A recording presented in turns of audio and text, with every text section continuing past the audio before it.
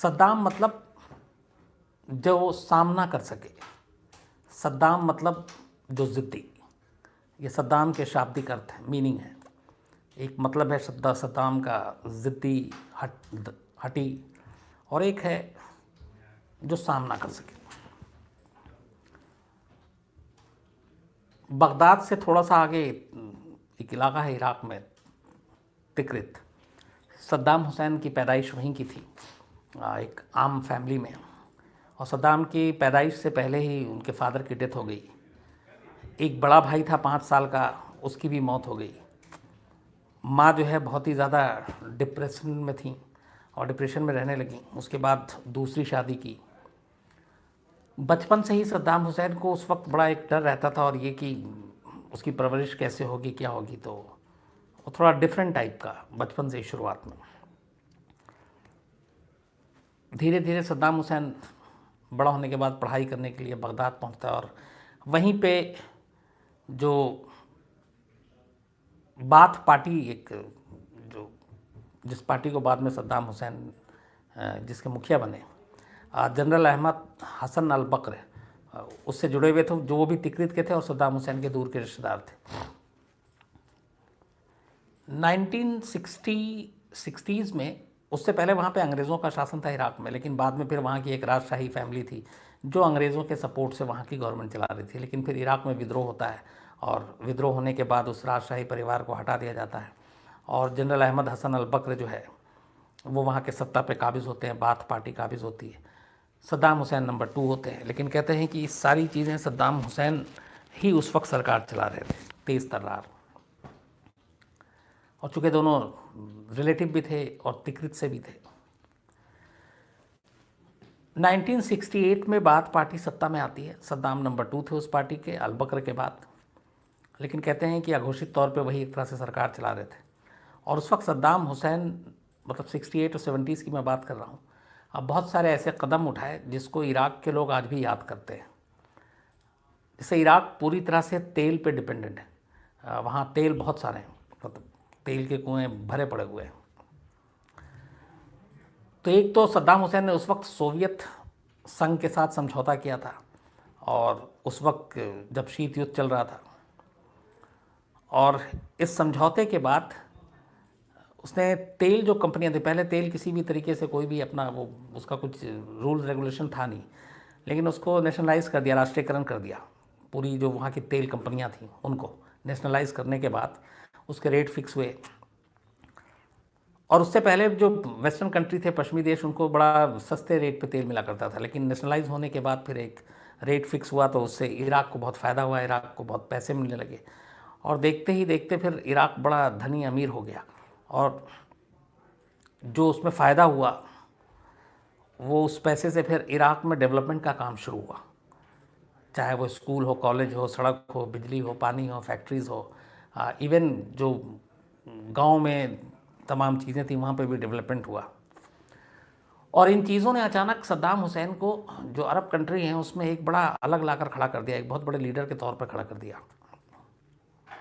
और फिर सद्दाम हुसैन, हसन अल बकर बीमार होने लगे, उनको साइड किया और ख़ुद इराक़ के प्रेसिडेंट बने। और उसके बाद अपने जितने रिश्तेदार थे उन सबको इम्पोर्टेंट पोस्ट पे बैठाना शुरू कर दिया। तब तक सब कुछ ठीक चल रहा था, इराक़ में काम भी हो रहा था, तरक्की भी हो रही थी। लेकिन धीरे धीरे सद्दाम हुसैन थोड़ा, चूँकि एक तो डिक्टेटरशिप, और उन्होंने जब वो डिक्टेटरशिप, जब वो प्रेसिडेंट बना, तो उसके बाद जो अपोजिशन के लीडर थे या जो भी सत्ता को चैलेंज करता, उसको सीधा मारना शुरू करते। एक बार किसी एक वेस्टर्न मीडिया ने पूछा भी था सद्दाम हुसैन से कि आप अपने विपक्ष के लोगों को आप मार क्यों देते हो। तो उसने कहा जो आपके ख़िलाफ़ आवाज़ उठाए उसका क्या करना चाहिए। तब सीधे जवाब था, और ये भी कहा था कि हाँ मारता हूँ। तो ये सब कुछ ठीक चल रहा था। लेकिन इसी दौरान में सद्दाम हुसैन उस वक्त बहुत, मतलब ताकतवर नेता के तौर पर पूरी दुनिया में मान्यता भी थी। और सबसे कमाल की बात ये देखिए कि अमेरिका का पूरा सपोर्ट था सद्दाम हुसैन और इराक़ को। तब रोनाल्ड रीगन यूएस के प्रेसिडेंट, और पूरी तरह से सद्दाम को हर तरह से मदद की। इसी बीच में एक ईरान उस वक्त इस्लामिक एक क्रांति के तौर पर उभर रहा था और वहाँ पे बहुत सारी चीज़ें हो रही थी, तो बहुत सारे वेस्टर्न कंट्री जो हैं वो ईरान को पसंद नहीं कर रहे थे। इधर कुछ शिया और सुन्नी की वजह से सद्दाम हुसैन भी इराक के थोड़ा ख़िलाफ़, और तभी ईरान और इराक के बीच में एक जंग शुरू हो जाती है जो करीब 8 साल चलती है। ये जो जंग शुरू हुई थी, ये कहते हैं कि एक तो सद्दाम हुसैन की महत्वाकांक्षा, दूसरी इसको ईरान उस वक्त हालांकि बहुत कमज़ोर था और इराक उसके मुकाबले बहुत ज़्यादा पावरफुल, और जब ये जंग शुरू हुई तो उसके बाद अब दुनिया के सामने ये था कि किसका सपोर्ट करें। तो दुनिया में ज़्यादातर जो मुल्क थे, इवन उसमें अमेरिका शामिल है, उसने इराक और सद्दाम हुसैन की मदद की और सपोर्ट की। रोनाल्ड रेगन प्रेसिडेंट थे, न सिर्फ पैसे से, हथियार से, ट्रेनिंग से, बल्कि ईरान के बारे में सेटेलाइट से ज़रूरी जानकारी देना, खुफिया जानकारी देना, ये सारी चीज़ें अमेरिका ने सद्दाम हुसैन के लिए की। और 1980 में शुरू हुआ था और 16 मार्च 1988 तक ये ईरान इराक वॉर चला। इसमें कहते हैं कि करीब 10 लाख से ज़्यादा लोग मारे गए, जिसमें 2.5 लाख इराकी थे, हालांकि नुकसान ज़्यादा ईरान का हुआ। बाद में फिर ये यूनाइटेड नेशन ने बीच में दखल दी और फिर एक युद्ध विराम होता है और दोनों के बीच 8 साल के बाद जंग ख़त्म होती है। फ़ायदा किसी को कुछ नहीं होता, लेकिन नुकसान बहुत बड़ा था। और इस जंग में हालांकि तमाम मदद थी, लेकिन फिर भी सद्दाम हुसैन और इराक इस जंग की वजह से माली हालत ख़राब हो गई, कमज़ोर हो गया, और अब उसको इधर उधर मदद लेनी पड़ी। उसमें कुवैत भी था। कुवैत ने भी इराक की बड़ी मदद की, क्योंकि कुवैत अमीर मुल्क था। तो ये सारी चीज़ें जब हो गई, उसके बाद युद्ध विराम हो गया, तब फिर अचानक सद्दाम हुसैन जो है वो कुवैत पे भी हमला कर देता है। और उसकी वजह ये थी कि सद्दाम हुसैन का मानना था कि जिस तरीके से तेल की कीमत वो तय कर रहा है और कुवैत जो है वो सस्ते दामों पर तेल बेच रहा है, एक तो ये रीज़न जिसकी वजह से नुकसान हो रहा है, तो वो नहीं होना चाहिए। दूसरा उसमें ये था कि कुवैत से लगातार मदद मिल रही थी जब जंग ईरान इराक के बीच में था। और कहते हैं कि ये मैंने पहले भी शायद आपको बताया, जब मैं इराक गया तब ये कहानी सुनने को मिली थी कि इसी दौरान में जब माली हालत ख़राब थी, तब सद्दाम हुसैन के जो फाइनेंस मिनिस्टर हुआ करते थे, तारिक नाम था उनका, तारिक अजीज़ या ऐसे, तो वो कुवैत जाया करते थे और वहाँ के फिर जो शाह थे उससे पैसे लेकर आते थे। तो एक बार जब ये मिनिस्टर वहाँ कुवैत गए तो वहाँ के शाह ने, वहाँ के राजा ने ये कहा कि यार जब देखो मुँह उठा कर लेकर चले आते हो, और ये भी कहा था कि सुना कि तुम्हारे इराक की औरतें बड़ी खूबसूरत होती हैं, तो कभी उन्हें यहाँ भेजो। ये बात हुई और उसने आकर जो इराक के फॉरेन मिनिस्टर थे वो सद्दाम हुसैन को बताया, और कहते हैं कि सद्दाम हुसैन ये सुनने के बाद बहुत गुस्से में आ गए। इराकी लोगों में एक चीज़ है कि वो अपनी इज़्ज़त को बहुत ज़्यादा ऊपर रखते हैं, तो जब इराकी औरतों के बारे में इस तरह की बातें सुनी, तो उसी वक्त कहते हैं कि जो उनकी सेकंड कैटेगरी की जो आर्मी थी, जिसकी अभी ट्रेनिंग हो रही थी, जो अभी पूरी तरह से ट्रेन नहीं थे, इराक ने अचानक कहा कि कुवैत पे हमला करना है, और सद्दाम हुसैन के इशारा मिलते ही अनट्रेंड लोग जो इराकी बात और उसके रेवोल्यूशनरी पार्टी के जो सेना के लोग थे, उनको कुवैत पे हमला करने के लिए भेज दिया। और उन्होंने कुवैत में खूब लूट मार मचाई, खूब वहाँ पे बर्बादी की। ये भी कहते हैं कि कुवैती महिलाओं के साथ भी उन्होंने बड़ा अभद्र व्यवहार किया। और इस तरीके से सब कुछ कुवैत पे जब कब्ज़ा किया तो पहली बार फिर बाकी कंट्री जो है वो सपोर्ट में आ गए कुवैत के। उसे लगा कि ये सद्दाम हुसैन अब बेलगाम हो रहे हैं। इनमें वो भी थे जो अमेरिका जैसे लोग जो मदद कर रहे थे। और फिर खैर करीब 22-28 दिन के बाद बाकी सेनाओं की मदद से वहाँ से इराक की फ़ौज को हटना पड़ा और कुवैत आज़ाद हो गया दोबारा। लेकिन इस चीज़ ने सद्दाम हुसैन की पूरी रिजिम पे एक तरह से डेंट मार दिया, और सद्दाम हुसैन का जो पॉपुलैरिटी ग्राफ था वो थोड़ा नीचे गिर गया। अभी ये सब कुछ हो ही रहा था कि इससे पहले एक चीज़ और सद्दाम हुसैन की जो खिलाफ गई थी वो ये थी कि 16 मार्च 1988 को जब ईरान इराक के बीच वॉर चल रहा था, तब एक हेलबजा एक इलाका है इराक में, ये बगदाद से करीब 240 किलोमीटर दूर है और ये यहाँ पे कुर्दों की पॉपुलेशन ज़्यादा है। तो जब जब भी ईरान इराक वॉर के इसमें अगर ईरानी फ़ौज इराक की किसी सीमा में दाखिल होती तो ये कुर्द बड़ी उसको वेलकम करते और उसकी मतलब ये जो कुर्दिश थे और वो जो इलाका था हेलबजा, वहाँ पे शियाओं की मेजॉरिटी थी, तो ये लोग ईरान की तरफ सपोर्ट करते थे। और ईरान में उस वक्त जो सरकार चला रहे थे उसके हेड थे आयतुल्ला खुमैनी, तो वो हमेशा ईरान का सपोर्ट करते। ये बात सद्दाम हुसैन को पता चली, तब सद्दाम हुसैन ने कहा कि ठीक है, इन कुर्दिश को मैं मज़ा चखाऊंगा। और इसी के बाद 16 मार्च 1988 को सद्दाम हुसैन की सेना ने बाकायदा जहाज़ से, हवाई जहाज़ से इनके ऊपर केमिकल अटैक कर दिया था इस हेलबजा जगह पे। और कहते हैं कि इस हमले में करीब 5000 कुर्दिश मारे गए थे और इसका रिएक्शन बड़ा ख़तरनाक था चूँकि इस जो गैस था। तो एक ये चीज़ थी जिसको लेके बहुत हंगामा हुआ। लेकिन उस वक्त जब ये केमिकल अटैक इराक ने किया तो ये एक तरह से ये पाबंदी आप ये नहीं कर सकते, लेकिन अमेरिका का सपोर्ट था, रोनाल्ड रेगन सपोर्ट कर रहे थे, बाकी कंट्री सपोर्ट कर रहे थे, वेस्टर्न कंट्री, तो उन्होंने सद्दाम हुसैन और इराक को कुछ नहीं बोला। इवन आज तक कुर्दिश लोग वहाँ पे मांग करते रहे हैं कि ये जो 16 मार्च 1988 को हुआ इसको एक नरसंहार बताया जाए, केमिकल नरसंहार। अमेरिका उसको कभी माना नहीं और बोला भी नहीं, क्योंकि अमेरिका खुद मदद कर रहा था सद्दाम हुसैन की। तो खैर ये सारी चीज़ें चलती रही, ईरान इराक वॉर भी ख़त्म हो गया, उसके बाद ये केमिकल अटैक वाला मामला हुआ, फिर कुवैत पर जब हमला हो गया उसके बाद धीरे धीरे जब 90s का आखिर का दौर आया तो सद्दाम हुसैन को, अब अमेरिका को लगा कि ये धीरे धीरे ज़्यादा पावरफुल हो रहा है। अब यहाँ पे दो चीज़ें और आई जो इराकी लोग और बाकी लोग सब मानते हैं वहाँ पे, कि इसी दौरान में अमेरिका ये चाहता था कि जो तेल का पूरा कंट्रोल है वो इराक जैसे बाकी और गल्फ़ के कुछ कंट्रीज़ ने कर रखे थे, वो अमेरिका को सौंप दे और अमेरिका ही ये तय करे कि कच्चे तेल की कीमत क्या होगी, वो कैसे निकालेंगे, फिर उसका रिफ़ाइन कैसे होगा और उसकी मार्केटिंग और पूरा सब कुछ मतलब अमेरिकन कंपनी को दे दिया जाए। सद्दाम हुसैन इसके लिए तैयार नहीं था। सद्दाम ने कहा कि ये हमारी ज़मीन की मिल्कियत है और हम तय करेंगे कि इसका रेट क्या होगा, हम तय करेंगे रिफ़ाइन कहाँ होगा और सारी चीज़ें। तो अमेरिका उस पर लगातार दबाव डाल रहा था, लेकिन सद्दाम हुसैन माना नहीं। इसी बीच चूँकि अब रिश्ते ख़राब हुए, कुवैत वाला मामला सामने आ चुका था और गल्फ़ में भी अब कुवैत के बाद ये लगा कि बाकी जो मुल्क थे खाड़ी के, उन्हें भी लगा कि सद्दाम हुसैन कभी उन पर भी अटैक कर सकता है, तो इन सब ने भी हाथ पैर मारे।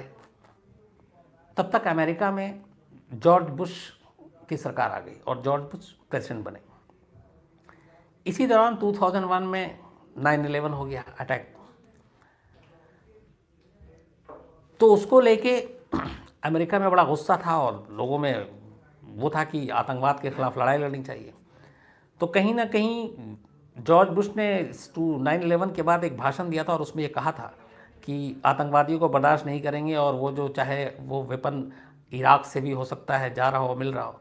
तो उन्होंने कहीं ना कहीं इराक को घेरे में लिया और 9/11 के लिए एक तरह से जिम्मेदार भी ठहराया था। हालांकि सद्दाम हुसैन ने बाद में हमेशा खंडन किया कि 9/11 से उसका कोई लेना देना नहीं, बल्कि सद्दाम हुसैन का ये कहना था कि इराक की ज़मीन पे कभी कोई आतंकवादी पनप ही नहीं सकता, मैं पनपने नहीं दूंगा। लेकिन जॉर्ज बुश को अब ये था कि किसी तरह सद्दाम हुसैन को कंट्रोल करना है, एक तो तेल को लेकर वो झुकने को तैयार नहीं। तो फिर अमेरिका ने ये इल्ज़ाम लगाया कि इराक के पास बहुत सारे केमिकल वेपन हैं और ये हैं जो दुनिया के लिए ख़तरनाक है। तो ये जब बात बढ़ी तो फिर 2002 में बाकायदा यूनाइटेड नेशन की अगुवाई में वहाँ पे कहा गया कि इराक में टीम जाएगी और वो चेक करेगी। वहाँ गई और उन्होंने सारा छान मारा, लेकिन उनको कोई भी वेपन नहीं मिला और जो केमिकल का इल्ज़ाम लगाया जा रहा था या परमाणु इसका, वो कुछ मिला ही नहीं। तो जब ये नाकाम हो गए तो फिर अचानक जॉर्ज बुश इसके लिए तैयार नहीं थे कि सद्दाम हुसैन को यहीं छोड़ दिया जाए। इसके बाद जनवरी 2003 में जॉर्ज बुश ने सद्दाम हुसैन के सामने दो ऑफ़र रखे और कहा कि एक, या तो आप जितने भी आपके हथियार हैं उसको आप टोटली डिसआर्म कर दीजिए, अपने कंट्री से हटा दो, इस तरह के जो भी केमिकल में हैं, और दूसरा आप खुद इराक छोड़ दो, और अगर आप ऐसा नहीं कर सकते हो तो फिर अमेरिका हमला कर देगा। ये जनवरी 2003 में बुश ने अल्टीमेटम दिया था सद्दाम हुसैन को। फरवरी 2003 में सद्दाम हुसैन कभी भी जनरली टीवी पे आकर कोई ज्ञान भाषण नहीं देता था। पहली बार सद्दाम हुसैन जॉर्ज बुश के अल्टीमेटम के बाद राष्ट्र के नाम संदेश देते हैं और उसके बाद बाकायदा उसमें कहा जाता है कि हमारे पास कोई हथियार नहीं है, हम झुकेंगे नहीं और इराकी लोग लड़ेंगे। और इस तरीके से वो जॉर्ज बुश की इस दोनों मांगों को ठुकरा देते हैं, जिसके बाद 2003 में ही यूएस ब्रिटेन के साथ मिलकर इराक पर अटैक करता है और बगदाद तक पे कब्जा कर लेता है। उसके बाद सद्दाम हुसैन चूँकि सत्ता हाथ से जा चुकी थी, जंग हार रहे हैं, तो वो वहाँ से गायब। 9 महीने के बाद 13 दिसंबर 2003 को सद्दाम हुसैन टिकरिट, जो जहाँ का सद्दाम हुसैन रहने वाला घर, उसी जगह में एक बंकर के अंदर से गिरफ्तारी होती है। वो तस्वीरें भी आपने देखी होगी नेट पे। तो 13 दिसंबर 2003 को टिकरित के पास से गिरफ्तारी की जाती है। उसके बाद अमेरिका का अब इराक पे कब्ज़ा था, लेकिन अमेरिका ने अब एक वहाँ पे पहली बार इराक के इतिहास में शियाओं की मेजॉरिटी की सरकार बनवा देता है। हालांकि इराक में जो है वो शुरू से 48% जो आबादी सुन्नी की है और 52% शियाओं की है, लेकिन हमेशा सुन्नियों ने वहाँ पे राज किया। पहली बार 2003 में जब अमेरिका कब्ज़ा करता है, सद्दाम को तख्ता पलट करता है, तो शियाओं की लीडरशिप में जो है हुकूमत बनती है वहाँ पे। उसके बाद 2003 की गिरफ्तारी के बाद सद्दाम हुसैन पर मुकदमा चलता है और ख़ास तौर पर सद्दाम हुसैन के ऊपर बहुत सारी चीज़ें को लेके मुकदमा चला, लेकिन जो मेन था जिसके लिए मुकदमा हुआ था वो एक दुजैल है इराक में जगह। उस दुजैल में कहते हैं कि एक बार 1982 में सद्दाम हुसैन के ऊपर जानलेवा हमला हुआ था। 82 में जब सद्दाम हुसैन वहाँ गए तो इससे सद्दाम हुसैन बहुत ज़्यादा नाराज़, और इसके जवाब में फिर वहाँ पे सद्दाम हुसैन की सेना गई और 148 जो शिया थे, दुजैल में ज़्यादातर शिया लोग थे, उन शियाओं को मार डाला। तो सद्दाम हुसैन को जो फांसी दी गई है, वो इसको ये समझना इसलिए ज़रूरी है कि बहुत सारे ऐसे नरसंहार, जिसमें मैंने आपको बताया कि हिलजबा भी था जहाँ पे केमिकल अटैक हुआ था, लेकिन उन सब के लिए नहीं। जो मेन मुकदमा चला वो चला दुजैल में 1982 में 148 शियाओं के कत्लेआम के लिए, क्योंकि उसी दुजैल में सद्दाम हुसैन पर हमला हुआ था। तो इसको लेके मुकदमा चला और मुकदमे के बाद सद्दाम हुसैन को फिर सज़ाए मौत दी गई। सद्दाम हुसैन ने को जब मौत की सज़ा दी गई थी तब कहा गया था कि सद्दाम हुसैन ने अपनी तरफ से कहा था कि मैं चूँकि एक आर्मी का जवान हूँ तो मुझे जो है वो गोली मार के मुझे मौत की सज़ा दी जाए, लेकिन अमेरिका ने उसके लिए मना कर दिया था और सद्दाम हुसैन को फिर फांसी के ज़रिए ही मौत की सज़ा देने की बात की गई। 30 दिसंबर 2006 की सुबह, उस दिन शनिवार का दिन था, सैटरडे था, सद्दाम हुसैन को बगदाद में ही एक जो अमेरिका का बेस कैंप था आर्मी का, उस जगह पर ले जाकर फांसी दी गई थी। और बाकायदा सद्दाम हुसैन ने उस दिन काला कपड़े से अपना चेहरा ढकने से मना कर दिया था। मरने से पहले वो जो सिगार पीने का शौकीन, तो वो सिगार भी पी और फिर उस मौत की वीडियो भी बना ली थी किसी ने मोबाइल से, जो पूरी दुनिया में देखी गई। जब वो वीडियो बनाई गई उसके बाद कहते हैं कि बाद में जॉर्ज बुश ने जब देखा, और उस वीडियो में 2 तरह के वीडियो आए थे, एक में जिसमें एम्बियंस भी था, आवाज़ भी आ रही थी, जिसमें कुछ लोग सद्दाम के बारे में बुरा भला कर रहे थे और सद्दाम कुरान की आयतें पढ़ रहा था। तो जिस तरीके से हुआ उसमें जॉर्ज बुश ने बाद में कहा था कि सद्दाम हुसैन को थोड़ा और डिग्निफाइड तरीके से भी इस मतलब फांसी दी जा सकती थी। जिस तरीके से ये दी गई वो ठीक नहीं थी, ये जॉर्ज बुश ने माना है, क्योंकि फांसी के दौरान जो लोग बातें कर रहे थे और जो कुछ कह रहे थे उसमें यह था कि एक आदमी मरने जा रहा है और उसके साथ इस तरह का सलूक नहीं होना चाहिए। तो इसको एक्सेप्ट किया था जॉर्ज बुश ने। फांसी के बाद 30 दिसंबर को फांसी हुई। 31 दिसंबर को सद्दाम हुसैन की बॉडी को बाकायदा यूएस के जो चॉपर थे वो लेकर टिकरिट पहुँचे, और टिकरिट में ही जहाँ उसके दोनों बेटे उदय और दूसरा उसको दफनाया गया था, वहीं पर सद्दाम हुसैन को दफनाया गया। ये तो सद्दाम हुसैन की पूरी मौत की कहानी हुई। अब सवाल ये था कि अमेरिका और ब्रिटेन और बाकी कंट्री ने इराक पे हमला किया था इसीलिए कि इराक के पास केमिकल वेपन है और बाकी ख़तरनाक हथियार है। उसके बाद भी जब सद्दाम हुसैन नहीं रहा और सब कुछ हुआ, इराक पे कब्ज़ा भी हो गया, नई सरकार भी आ गई, तमाम तलाशी हो गई, कभी कोई वो उस तरह का वेपन मिला ही नहीं जिसके लिए सद्दाम हुसैन इनकार करता रहा शुरू से, और वो आज तक नहीं मिला। आज 2018, सद्दाम हुसैन की मौत को करीब 12 साल हो गए। तो उसके बाद ये सवाल उठने लगा कि क्या ये सिर्फ जॉर्ज बुश और अमेरिका की दादागिरी थी जिसकी वजह से सद्दाम का तख्ता पलट गया, इसके पीछे तेल का खेल था क्योंकि सद्दाम झुकने को तैयार नहीं था। लेकिन अमेरिका के इस पूरे खेल में ब्रिटेन क्यों शामिल हुआ, ब्रिटेन ने साथ में क्यों इराक पे हमला किया, इसको लेके बहुत अच्छा, ब्रिटेन के बहुत सारे सिपाही भी मारे गए थे, करीब 150-200। 2009 में सर जॉन चिलकॉट,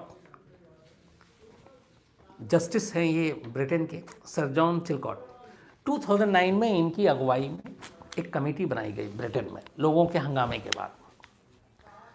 इस कमेटी ने पूरी इंक्वायरी की, इराक में सब कुछ जाकर सैकड़ों लोगों से बात की और जानना चाहा कि वाकई इराक पे जो हमला किया गया था वो कितना सही था और उसके पीछे मकसद क्या था। इस कमेटी ने जो अपनी रिपोर्ट दी है उसमें कहा कि इसमें अमेरिका और ब्रिटेन दोनों ने दुनिया के सामने सद्दाम हुसैन की जो तस्वीर पेश की वो बहुत गलत तस्वीर पेश की। सद्दाम हुसैन एक टेररिस्ट नहीं था, कोई मिलिटेंट नहीं था, वो एक डिक्टेटर था और ऐसे बहुत सारे कंट्रीज़ में ऐसे डिक्टेटर हैं। दूसरा, सद्दाम हुसैन को ईरान से लड़वाने के लिए भी पीछे अमेरिका ने वो कराया। जो कुवैत पे जो कुछ हुआ उसमें सद्दाम की बेशक गलती हो सकती, लेकिन इराक के पास कोई भी इस तरह का वेपन, केमिकल वेपन, ये कुछ नहीं था। ये कभी साबित नहीं हुआ। ये जस्टिस चिलकॉट जो है इन्होंने अपनी रिपोर्ट में कहा। तब टोनी ब्लेयर ब्रिटेन के प्राइम मिनिस्टर थे और इस रिपोर्ट के बाद जो आर्मी के लोग शहीद हुए थे ब्रिटेन के, उनकी फैमिली से उन्हें माफ़ी भी मांगनी पड़ी। तो इस रिपोर्ट को, अगर इस कमेटी को जस्टिस चिलकॉट की हम लोग माने, तो कुल मिलाकर ये था कि सद्दाम हुसैन को खड़ा किया अमेरिका ने, सद्दाम हुसैन को ईरान के ख़िलाफ़ लड़वाया अमेरिका ने, सद्दाम हुसैन की पैसे से लेकर, हथियार से लेकर, हर चीज़ से मदद की अमेरिका ने। लेकिन जब वो अमेरिका की बात मानने को तैयार नहीं हुआ तेल वेल को लेकर, तो उसी अमेरिका ने सद्दाम हुसैन का तख्ता पलट करवा दिया। ये पूरी कहानी का एक पहलू। अब दूसरा,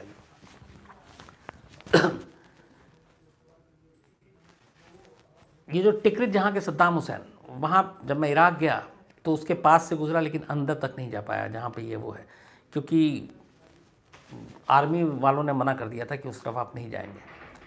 तो वहाँ जाने से मतलब नसीब ने साथ नहीं दिया।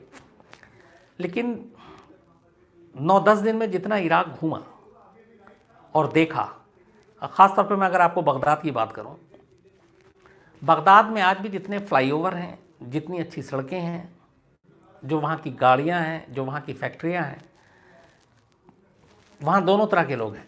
एक सद्दाम हुसैन को पसंद करने वाले, एक ना पसंद करने वाले। लेकिन आप किसी से भी पूछ लीजिए घूम के, और जैसे ही बात करें कि ये सारे जो डेवलपमेंट के काम, ये सारी चीज़ें, ये बड़ी बड़ी मस्जिद, यूनिवर्सिटी, कॉलेज, स्कूल, तो पसंद करें ना करें, एक चीज़ बहुत ईमानदारी से कहते हैं कि ये सब कुछ सद्दाम हुसैन की देन है। पूछते हैं कि लेकिन सद्दाम हुसैन तो 2006 में, बल्कि 2003 में उसकी कहानी ख़त्म हो गई, अब 15 साल में। तो उसने कहा ये 15 साल से बगदाद सेम वैसा का वैसा है, यहाँ कोई भी काम नहीं हो रहा, यहाँ कोई भी बिजनेस उस तरह का नहीं है। तो सद्दाम हुसैन का एक रूप ये है इराक में कि सद्दाम हुसैन के बारे में जो कहानियाँ बहुत सारी, अपने दुश्मनों को कभी बख्शता नहीं। इवन आप दुश्मनों को छोड़ दीजिए, जो सद्दाम हुसैन की सेना थी, अगर ईरान इराक के वॉर में ऐसे कई कहानियाँ आई कि जब इराक की सेना कमज़ोर पड़ने लगी और ईरानी सेना ताकतवर, तो कई इराकी सेना पीछे भागने लगे। तो जो लोग पीछे की तरफ भागते थे, सद्दाम उनको भी नहीं छोड़ता था। जो मैदान छोड़कर उसकी सेना भागते थे उनको भी गोली मार देता था, या फिर अपने जो टीम थी उनको कहता था इनको मार डालो। सद्दाम हुसैन के बारे में ये भी है कि वो अपने दुश्मनों को कभी माफ़ नहीं करता, विरोधियों को तो सवाल ही नहीं है कि वो सर उठाने का मौका देता। यहाँ तक कि लोगों पर भी उसका शक बहुत होता था। उस ज़माने में एक दौर ऐसा था जब इराकी लोग इराक की सीमा से बाहर नहीं निकलते थे, उनको बाहर जाने के लिए बहुत सॉलिड रीज़न बताना पड़ता था, और अगर कोई बिना बताए हुए चुपचाप चला गया और लौट कर आया तो उसको या तो जेल डाल देते थे, कई बार तो मौत की सज़ा होती थी। इराक के घर घर में सद्दाम हुसैन की तस्वीर लगानी ज़रूरी थी, और सद्दाम हुसैन का नेटवर्क इतना था कि अगर किसी घर में उसकी तस्वीर ज़रा सी टेढ़ी लगी हुई है और किसी ने जाकर बता दिया कि उस फलाने घर में सद्दाम की तस्वीर टेढ़ी है, तो उसके लोग पहुंचते थे और देखते थे कि हाँ ये टेढ़ी है, तो उस घर के लोगों को ले जाकर बाकायदा सज़ा होती थी, बल्कि जेल भी हो जाती।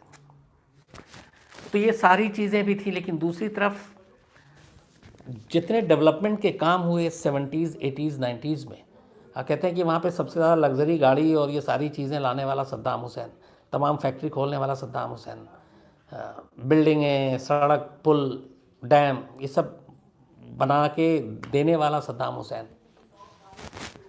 लेकिन फिर दूसरा यही है कि जो सद्दाम हुसैन की ये चीज़ें आई, और सबसे बड़ी जो चीज़ थी शिया और सुन्नी, उस पर जो लकीर पाटने का काम किया, शायद उसका सबसे ज़्यादा नुकसान सद्दाम हुसैन को।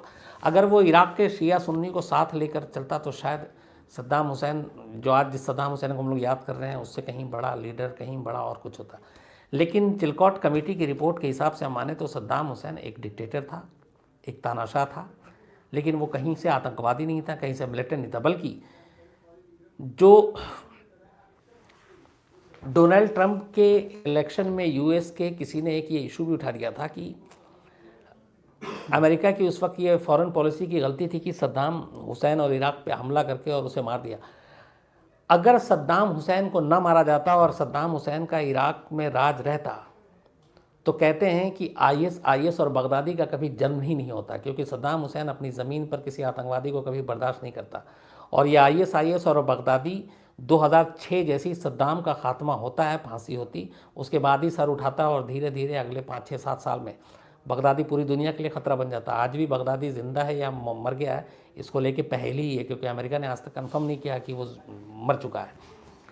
लेकिन ये यूएस में भी उठा था कि अगर सद्दाम हुसैन को ना मारा जाता तो शायद आज जो पूरी दुनिया ने इतने सारे ज़ख्म झेले हैं आईएस के हाथों, बगदादी के हाथों, वो चीज़ कम से कम ना होती। कम से कम इराक़ की सरज़मीन से आईएस का जन्म नहीं होता और न बगदादी पैदा होता। ये अमेरिका तक का कहना है। तो ये थी पूरी कहानी। और सद्दाम हुसैन हमेशा इंडिया के लिए, हमेशा उस ज़माने में इंदिरा गांधी की बड़ी अच्छी दोस्ती। बगदाद में एक चीज़ और भी देखी मैंने कि एक, जब हम लोग गुजर रहे थे तो एक जगह रेलवे ट्रैक दिखाया गया था, वो सिर्फ ट्रैक ही रह गया और कुछ है नहीं। तो पहले बगदाद में ट्रेन भी चला करती थी, तो हमने पूछा वहाँ पे जो साथ थे हमारे, तो पता चला वो रेलवे ट्रैक इंडिया की मदद से वहाँ पे बिछाई गई थी। और बाकायदा ये जो वहाँ ट्रेन बगदाद में पहले चली थी वो इंडिया की तरफ से ही थी, और अब वो खैर ट्रेन भी नहीं है और वो ट्रैक तो अब गायब है। तो इंडिया ने भी बहुत मदद की थी और हमारी दोस्ती भी बहुत अच्छी थी। लेकिन कुल मिलाकर, और ये इसमें कोई हैरानी वाली बात नहीं है, चाहे वो ओसामा बिन लादेन हो, इवन बगदादी के बारे में कहते हैं कि सीरिया में जब शुरुआत हुई थी तो बगदादी की मदद भी अमेरिका ने की। तो लादेन हो, बगदादी हो, अल जवाहिरी हो, या फिर सद्दाम हुसैन की शुरुआती दौर ईरान इराक़ वॉर तक, अमेरिका ने ही इन लोगों को मदद की, हथियार दिए, पैसे दिए, ऊपर उठाया। और फिर जब वो लगा कि वो उसके लिए ख़ुद ख़तरा है या उसकी बात नहीं मान रहा, तो फिर इन तमाम लोगों का ख़ात्मा भी कर दिया। ये एक अजीब सियासत है। तो ये थी खैर पूरी कहानी सद्दाम हुसैन की। अब मैं आसिम से कहूँगा कि दूसरी बात, हाँ मैं आगे बढ़ूँ उससे पहले एक ज़रूरी बात ये, बहुत सारे लोगों के मैंने मेल पढ़े, और मैं जनरली कमेंट्स पढ़ने से बड़ा भागता हूँ, मेल ज़्यादा पढ़ता हूँ, बट मैंने कल सारे कमेंट्स भी लगभग पढ़ डाले, एक भी नहीं छोड़ा होगा। और मेल बहुत ज़्यादा थे, लेकिन मैंने सारे मेल भी पढ़े। एक ज़्यादातर लोगों की जो थी वो मैं बिल्कुल उससे सहमत हूँ। मैं दुआ करूँगा कि कभी मुझे ज़िंदगी में निर्भया जैसी कहानी आप लोगों को ना सुनानी पड़े, क्योंकि बड़ी तकलीफ़देह होती है। मुझे मालूम है सुनना भी और सुनाना दोनों लगभग वैसे ही है। तो मैं दुआ करूँगा कभी मेरी ज़िंदगी में, मेरे अपने प्रोफेशनल करियर में इस तरह की कोई ऐसी चीज़ ना हो जो मैं सुनाऊँ आपको। दूसरा, चूँकि बहुत सारे लोगों ने निर्भया की कहानी कही थी और कई लोगों ने कहा था कि नहीं सुनाना चाहिए, तो पहला तो ये कि मैं ना सुनाऊँ ये बिल्कुल है। दूसरा, नहीं सुनाना चाहिए, उसमें एक चीज़ है कि फिर इन चीज़ों से हम कब तक आंखें चुराएंगे और भागेंगे। न सुनाने से बेहतर ये है कि हम लोग कुछ करें जिससे ऐसी चीज़ें ना हो। हर चीज़ पुलिस प्रशासन सरकार पे डालने से, कानून पे डालने से मसले का हल नहीं होता है। हम लोग अपनी जिम्मेदारी भी अगर निभाएं तो बहुत कुछ हो सकता है। सिर्फ गाली देने से कि ये कानून लचर है, यहाँ पे जस्टिस में देरी होती है, पुलिस बेईमान है, नेता भ्रष्ट हैं, ये कह के ऐसा लगता है कि हम लोगों ने अपनी जिम्मेदारी झाड़ ली, हमने एक एक करके सबको गाली दे दी, अब इनका काम है। सवाल ये है कि हम लोग भी अगर अपनी तरीके से थोड़ी थोड़ी हेल्प करें तो ये बहुत सारी चीज़ें रुक सकती हैं। जैसे मैं एग्जांपल के तौर पे, जब ये निर्भया के साथ जो कुछ हुआ, उसको बस से फेंका गया, उसके बाद करीब 25 मिनट से लेकर आधे घंटे तक वो सड़क के किनारे दोनों थे। उस दौरान मैंने उस दिन भी बताया था आपको कि दर्जनों गाड़ियाँ गुजरी, बहुत सारे लोग गुजरे, कार गुजरी, ऑटो वाला गुजरा, किसी ने मदद नहीं की। मैं तो बहुत सारे ऐसे लोगों को भी जानता हूँ जो कहीं पे रोड पे एक्सीडेंट होता है और उससे कहते हैं कि यार इसको हॉस्पिटल पहुँचा देते हैं, तो कहते हैं वो कार ख़राब हो जाएगी हमारी, खून निकल रहा है। तो ये जब तक ये सोच है तो हमें ये भी सोचना चाहिए कि सिर्फ गाली देने से क्या हमारा काम हो गया। अगर हम सब भी अपने अपने हिस्से की मदद करें जहाँ जहाँ ज़रूरत पड़े तो बहुत सारी चीज़ें बदल सकती हैं। तो ये 2 चीज़ें थी। तीसरा और आखिरी जो सबसे ज़्यादा मैंने पढ़ा, जो हर दूसरा शायद मेल यही था और हर दूसरा कमेंट्स भी यही था कल, कि रुला दिया। इसका मेरे पास इसलिए जवाब नहीं है कि ये वो चीज़ ही ऐसी थी, ये खबर जिस तरीके से हुई कि किसी का भी कलेजा छलनी हो जाए, कोई भी सुनना नहीं चाहता ऐसा। और जाहिर सी बात है, मैं आप जितने लोग बैठे हुए हैं में से शायद कोई उसको नहीं जानता होगा। मैं तो चलिए थोड़ा बहुत उसके फैमिली से और तमाम लोगों से मिला, मैंने तस्वीरें देखी, सब कुछ उसके बारे में बहुत गहराई से बातचीतें की, सुना समझा, लेकिन ऐसा लगता था कि वो जैसे अपने घर की है, तो इसीलिए ज़्यादा वो आंसू आए। लेकिन मेरी दुआ है ऊपर वाले से कि कभी ऐसी कहानी मुझे ना सुनाने का मौका मिले, फिर ना आपको सुनने का मौका मिले, और अपने अपने हिस्से का हम लोग अगर फ़र्ज़ अदा कर दें तो ऐसी चीज़ें पूरी तरह से तो ख़त्म नहीं हो सकती, लेकिन हो सकता है कुछ तो ज़रूर कम हो जाए। सर, एक हमारे सब्सक्राइबर हैं अक्षय, आज उनका बर्थडे है, तो विश कर दीजिए। हाँ, अक्षय साहब, बहुत बहुत एक तो आपको मुबारक, आपका जन्मदिन है, आप अच्छे रहें, खुश रहें, सेहतमंद रहें। सर, राकेश चौहान है, बोल रहे हैं सद्दाम हुसैन बहुत बढ़िया आदमी था, अमेरिका ने छल करा था उनको मारने के। राकेश जी, मैंने अभी बताया कि सद्दाम हुसैन के बारे में वही 2 चीज़ें कि वो मिलिटेंट नहीं, आतंकवादी नहीं, एक मुल्क का डिक्टेटर तानाशाह था। लेकिन जिस तरीके से अमेरिका ने जो कुछ किया, अब तो खैर वो कमेटी भी आई और ज़्यादातर लोग वही मानते हैं कि ये गलत था। सर, सतीश मेहता है, बोल रहे सद्दाम की फैमिली का अब कोई मेंबर जिंदा है? सतीश जी, सद्दाम की फैमिली में जो उनकी बेटियां हैं वो इस वक्त जॉर्डन या कहीं पे उन्होंने वो पनाह ले रखी है उनको, और वो लोग हैं अभी। सर, एक आरआर के एमएम के अकाउंट है, वो बोल रहे हैं कि सर ये बताइए कि फांसी जब दी गई थी सद्दाम को, तो क्या दूसरे गल्फ कंट्रीज ने इसका विरोध किया था? मोहम्मद हुसैन नाम से। मोहम्मद हुसैन साहब, किसी ने भी विरोध उस वक्त नहीं किया था जब सद्दाम हुसैन को फांसी दी गई थी। बल्कि मैं आपको यहाँ पे बताऊँ कि जब सद्दाम हुसैन के ऊपर मुकदमा चल रहा था तो एक बुक भी आई थी जो यूएस के एक आर्मी के अफसर ने लिखा था। 12 ऐसे आर्मी थे के जवान थे यूएस के, जिनको सद्दाम हुसैन की निगरानी की जिम्मेदारी सौंपी गई थी, और वो 12 के 12 आखिरी कई मतलब 3 साल के करीब सद्दाम हुसैन के साथ रहे। और उन सब की राय ये थी कि सद्दाम हुसैन के बारे में उन्होंने जितना सोचा था, जब उसके साथ रहे तो बिल्कुल उनकी राय बदल गई। उनमें से एक ने तो ये कहा था कि जब भी सद्दाम हुसैन को देखते थे तो लगता था कि वो उनके दादा जैसा है। और जब सद्दाम हुसैन की मौत के बाद 2 चीज़ें थी। एक, जब सद्दाम हुसैन की सत्ता को गिराया गया और बगदाद पर कब्ज़ा किया गया तो एक बहुत हिस्टोरिकल तस्वीर आप देखते होंगे। वो मैं उस जगह गया भी था और मैंने वो जगह देखी थी। अब तो वहाँ पे बहुत सारा बड़ी कोई मस्जिद बन रही है, मस्जिद के सामने ही है वो। सद्दाम की एक आदमकद मूर्ति थी, हर घर में जैसे तस्वीर होती है, तो सद्दाम का जगह जगह पे बहुत बड़े बड़े उसके आदमकद वो थे।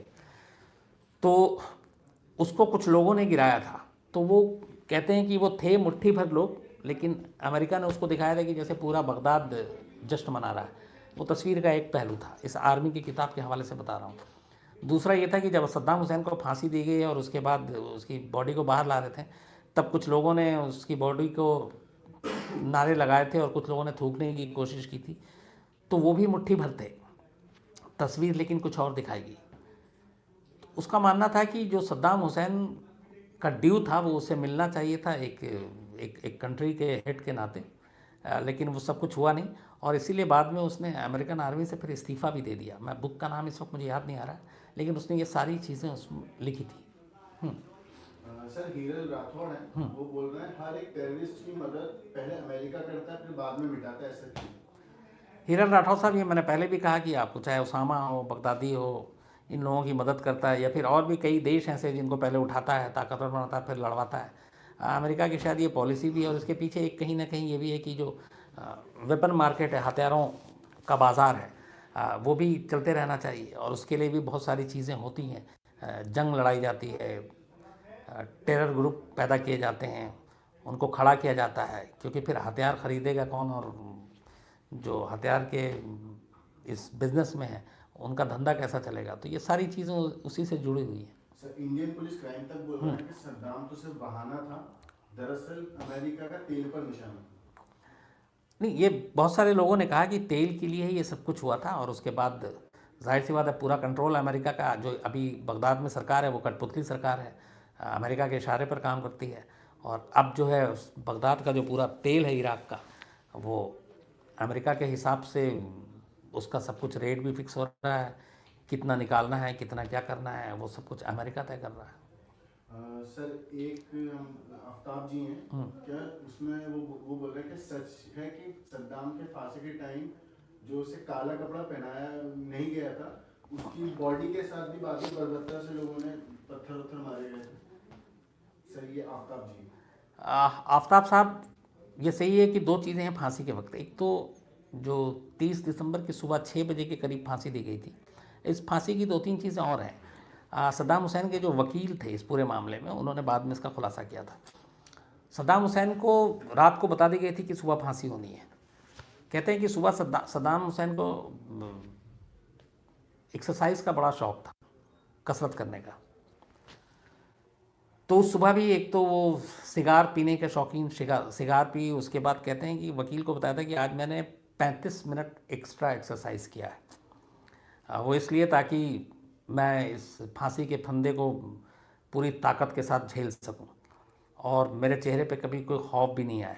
तो 35 मिनट एक्स्ट्रा एक्सरसाइज किया था ये 30 दिसंबर की सुबह, सद्दाम हुसैन ने बताया। आखिरी तक उसने कहा था कि मुझे आप फायरिंग स्क्वाड से अगर मौत की सज़ा ही देनी है तो फायरिंग स्क्वाड से गोली मारने का हुक्म दो, क्योंकि मैं आर्मी का बंदा हूँ। लेकिन यूएस ने माना नहीं था, तो लास्ट में फांसी की हुई थी। फिर ये हुआ था कि चेहरे पे कपड़ा ढका जाएगा, और ये तो बोला नहीं, मैं ये चाहता हूँ कि मेरी मौत को मैं भी देखूँ और आप लोग भी देखो।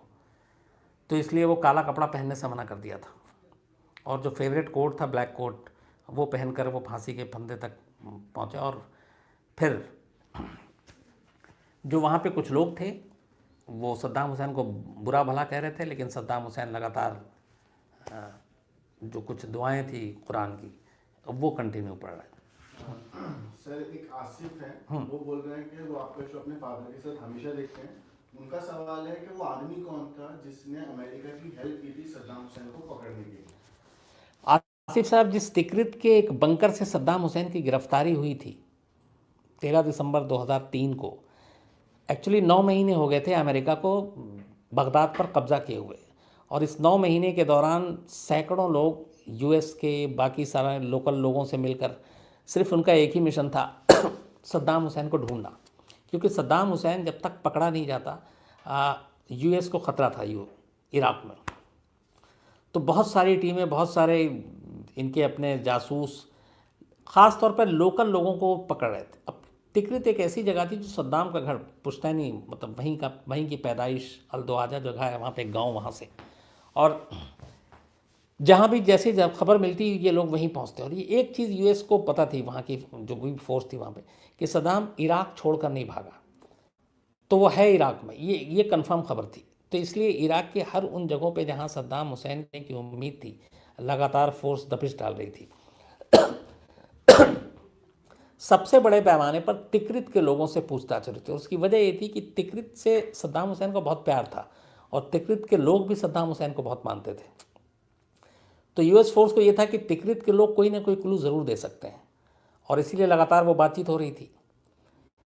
वहीं से किसी एक भेदिए ने यूएस फोर्स को, बल्कि यूएस फोर्स को भी नहीं दिया था, यूएस के एक एजेंट था, एक जासूस, जिसको इस काम, बहुत सारे ऐसे लोग थे लगे हुए थे, उस तक ये टिप ऑफ दिया था कि एक ऐसी जगह है जहाँ पे ज़मीन के अंदर एक बंकर है और उसके अंदर सद्दाम हुसैन है, और दूर दूर तक वहाँ पे कोई हलचल नहीं होगी, कुछ नहीं होगी, क्योंकि सद्दाम को ये मालूम था कि जहाँ पे भी ज़रा हलचल या कुछ होगी, और क्योंकि ये सबको लगता था कि सद्दाम अपने बचे खुचे आर्मी के लोगों के साथ होगा, तो ऐसा कुछ नहीं था।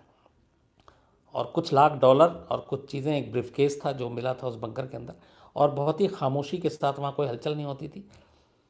एक ख़ास आदमी था जो सिर्फ अंदर आता था, ज़रूरत की सामान पहुँचाता था और चला जाता था। तो कहते हैं कि एक तिकरित का ही एक भेदिया था जिसने एक यूएस के एजेंट तक ये खबर दी, और उस एजेंट के ज़रिए फिर फोर्स तक खबर गई, और उसके बाद पूरी फोर्स वहाँ तक पहुँची, और उन्हें उम्मीद नहीं थी कि इतनी आसानी से सद्दाम तक वो पहुँच जाएंगे, लेकिन जो गिरफ्तारी हुई वो बेहद आसानी से हुई थी। सर, परवेज आलम है, वो बोल रहे हैं कि क्या ये बात सच है? ऐसा कहा जाता है कि सद्दाम काफी हमशक्ल थे, जो, और ये भी आया था जब उसको फांसी हुई थी कि उसके यहाँ डुप्लीकेट को फांसी हुई, असली सद्दाम जिंदा है। सर, परवेज आलम। परवेज, यहाँ पे मैं 2-3 चीज़ें हैं। अच्छा वो आपने ये सवाल पूछ लिया। इराक में सद्दाम हुसैन के बहुत कम से कम 6 डुप्लीकेट के बारे में कहते हैं कि ये पक्की खबर है। चूँकि हमेशा बहुत बार जैसे दुजैल में हमला हुआ, इसके अलावा बगदाद में कई, सद्दाम के ऊपर हमेशा थ्रेट रहता था, तो सद्दाम हमेशा अपने डुप्लीकेट को जिन जिन जगह पे ज़्यादा खतरा होता था वहाँ पहले भेजा करता था, और वो डुप्लीकेट बिल्कुल उसी की तरह होते थे। इवन जो सद्दाम के बेटे थे उदय और वो, उनके भी डुप्लीकेट हुआ करते थे, और कई डुप्लीकेट मारे भी गए ओरिजिनल समझकर, ऐसे हमले हुए।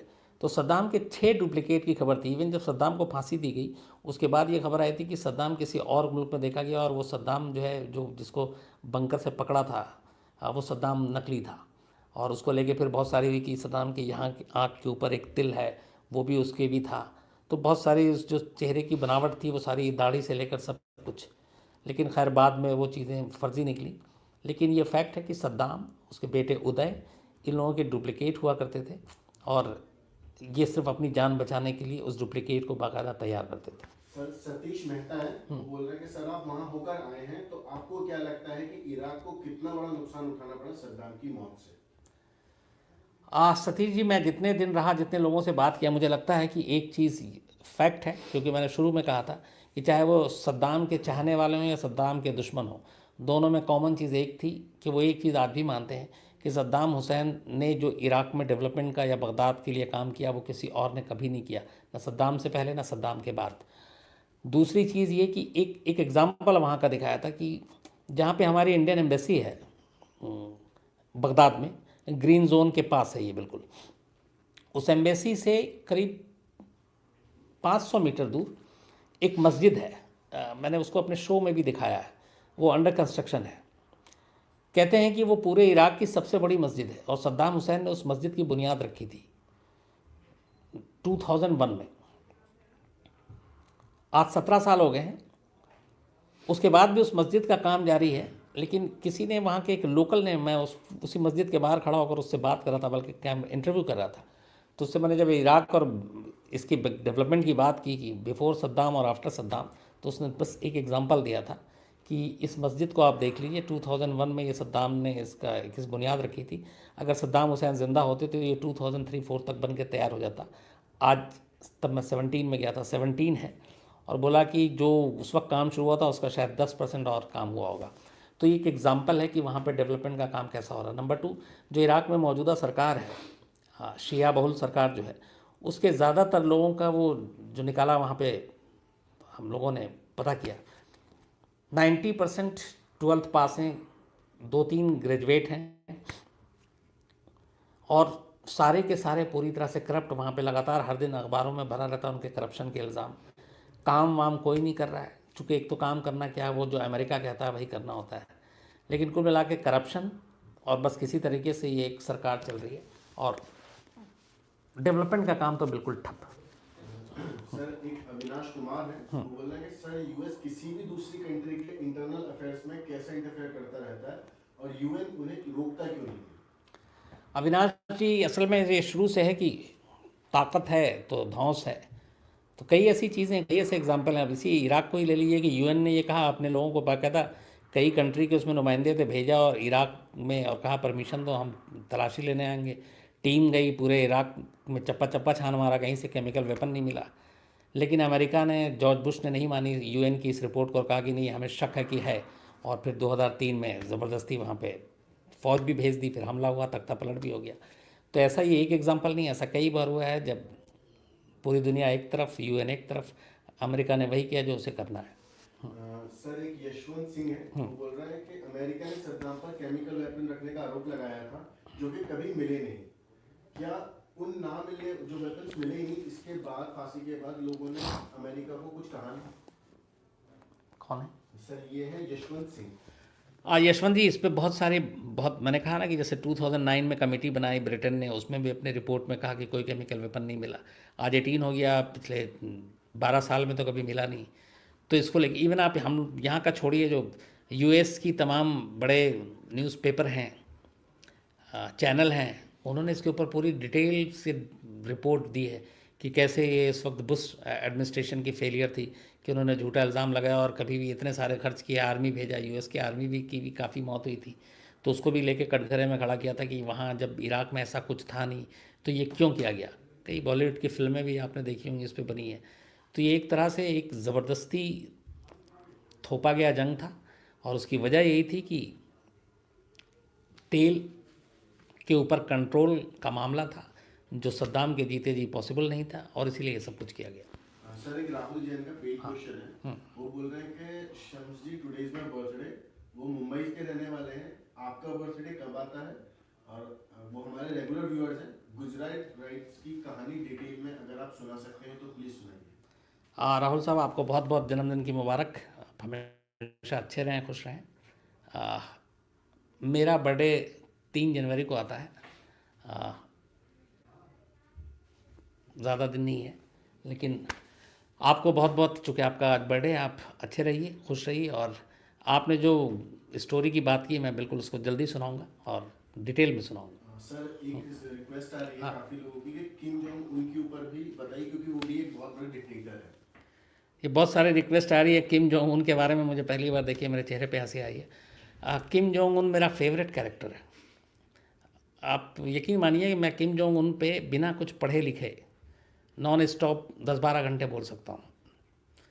इतनी सारी स्टोरीज़ कर दी, इतने सारे शोज़ बना दिए। तो मैं किम जोंग उन के बारे में एक दिन आपको पूरी कहानी सुना देता हूँ। और इंटरेस्टिंग बहुत कैरेक्टर इसलिए है कि बड़े अच्छी अच्छी चीज़ें हैं वहाँ पे जैसे कि नॉर्थ कोरिया में हेयर स्टाइल वही होगा जो किम जोंग उन का होगा। वहाँ पे आप रेडियो पे विदेशी गाने नहीं सुन सकते। वहाँ पोर्न फिल्म देखने पे सीधे मौत की सज़ा है।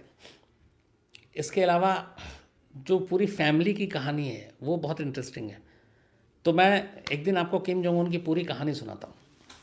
सर एक सवाल और आया है कि अमेरिका नॉर्थ कोरिया पे अब हमला करने की धमकी दे रही है, जैसे उसने सद्दाम को धमकी दी थी। अगर जंग होती है तो क्या नॉर्थ कोरिया जीतेगा क्योंकि उसके पास ताकतवर हथियार है, या अमेरिका जीतेगा? देखिए, अब अमेरिका नॉर्थ कोरिया का जो मामला था अभी, कुछ महीनों पहले तक तो गर्म था, जब तक मैं भी वारदात निकालता था। अब इधर आजकल वारदात निकाल नहीं रहा हूँ नॉर्थ कोरिया पे या किम जोंग उन पे। इसका मतलब है मामला शांत है। हालांकि दोनों ही जो लीडर हैं, दोनों ही शॉर्ट टेम्पर और कभी भी कुछ भी बयान दे देते हैं, चाहे वो किम जोंग उन हो। हालांकि एक चीज़ और बताऊँ कि किम जोंग उन को किम जोंग उन बोलने पे थोड़ी नाराज़गी होती है।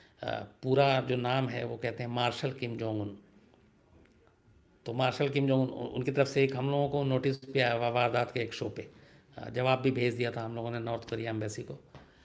लेकिन मुझे लगता नहीं है कि कोई ऐसी जंग का ख़तरा है इस वक्त। लेकिन हाँ, दोनों जिस तरीके की बातें करते हैं उससे थोड़ा मामला जो है वो गर्म हो जाता है। सर एक नव रोज करके हैं, वो बोल रहे हैं कि इराक के जो मौजूदा हालात हैं और लीबिया के जो हालात हैं, इससे क्या पता चलता है डिक्टेटरशिप अगर होती सद्दाम की तो इतने बुरे हालात नहीं होते मिडिल ईस्ट में? नवरोज। अच्छा, नवरोज़। देखिए, एक गल्फ़ वॉर भी था जो देन थी उस वक्त की पूरी। फिर आप लीबिया की बात करें, चाहे डिक्टेटरशिप ऐसा नहीं है, आज भी है। अभी हम लोग किम जोंग उन के बारे में बात ही कर रहे हैं, वो भी एक डिक्टेटर है। लेकिन ये जो पूरी चीज़ें थी, कहीं ना कहीं इसकी जड़ में आप बाकी सारे रीज़न, मैं कहता हूँ इराक के हटा दीजिए, लीबिया के, कुवैत के, सब के हटा दीजिए, वो बेसिक फिर तेल आ जाता है।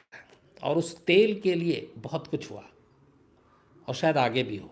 तो असली वजह यही है, बाकी आप अपने अपने हिसाब से हम लोग इसका कोई भी फैसला निकाल लें। सर पॉन्टी चड्ढा बिजनेसमैन जो थे उनके ऊपर कहानी सुनने के लिए अरविंद कुमार जी आए थे। अरविंद कुमार जी, मैं आपको बिल्कुल जल्दी पॉन्टी चड्ढा की कहानी सुनाऊंगा।